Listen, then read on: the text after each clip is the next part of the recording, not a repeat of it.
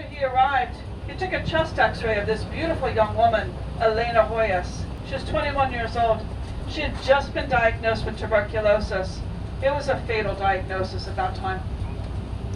He promptly fell in love with Elena. He said in his memoirs that he had seen her face in his dreams his entire life. He truly felt that this woman was his destiny. The problem is she was 35 years younger and she was dying, and she didn't return his feelings. His hope was that if he could just save her life, she'd be so grateful that she'd fall in love with him too. So he did everything that he could to save her. He even went to her home and provided extra treatments. But sadly, just before Halloween 1933, she succumbed to her illness and she died at the tender age of 22. Well, the Count was destroyed, just bereft. So he went to her family and he offered to pay for the funeral, and then he built her this elegant mausoleum in KeyWest Cemetery. This is where things start to get a little macabre. He went to visit her every night for 2 years and talk with her. He even invented a little telephone so they could speak directly. One night she answered him back. She begged him to remove her from her earthly prison. He did. He had a plan.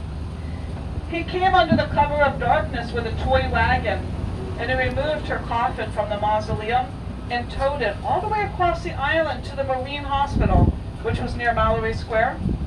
And there, he had this invention waiting for her, the Countess Elena, a wingless airship. He built this just for her, so that he could launch her into space, and the radiation would heal her body and bring her back to life. And then they could fly away together. If you don't believe me, you can read his memoirs. He details this in great detail. Well, none of that exactly worked out the way he planned. The powers that be at the hospital said he had to remove this eyesore. He towed it all the way across the island to that beach right behind you, Rest Beach. And there they sat with Elena inside. Well, as you can imagine, in 1933, the town was growing. People were curious. So he was afraid that his secret was going to be discovered. Carl had to move Elena one more time. This time to his house, which is just a few blocks from here on Flagler Avenue. And inside he had his laboratory. And this is where his restoration efforts began. He made Elena a wig out of her very own hair. He wired her joints together so she'd be flexible. He used mortician's wax to preserve her body flesh. He even replaced her internal organs with rags and tubes. And then he bought her a beautiful white wedding gown, laid her in his bed, pronounced them man and wife together, and there they consummated their marriage, and they lived together as husband and wife in every sense of that word for 7 years. Well, as you can imagine, in a small town, rumors got started because he was in town buying women's clothing, women's perfume, but he's never seen with a woman. When those rumors got back to Elena's sister, Nana had suspected that the Count was always a little off. So she went to KeyWest Cemetery, and she found her sister's crypt empty. So her next stop was Carl's house. She nearly broke down the door, and she demanded to see the body of her sister. Let's imagine Nana for a moment. The last time she had seen her sister was 9 years previous, when they had buried her in the ground at KeyWest Cemetery. Well, she went right to the authorities. Carl was charged with grave robbing.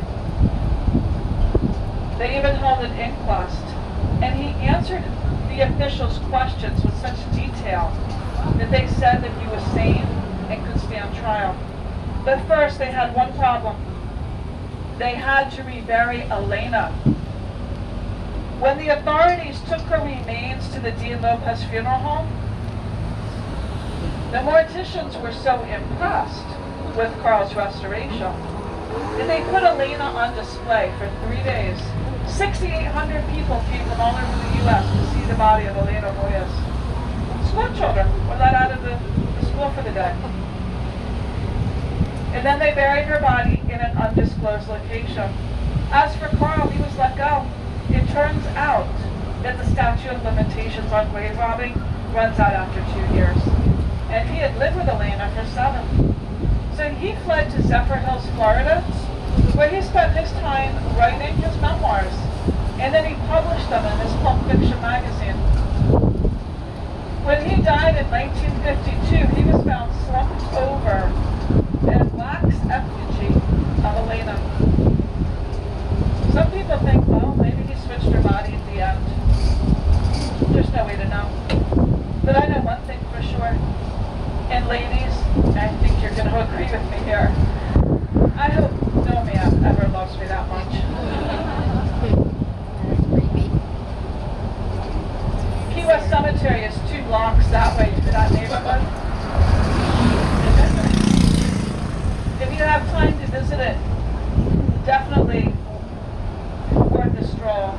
Now, the really old timers in Key West, the old conks, they think that Elena's body was taken to the cemetery but buried under the roadway that they were building, so it can never be dug up or disturbed. And the really old conks say it was moved to the oldest house and it's buried in the garden. Like I said, we'll never know. We're approaching the Key West Historic Seaport, and although this is a beautiful neighborhood now, back in the 40s and 50s, it was rough and raunchy.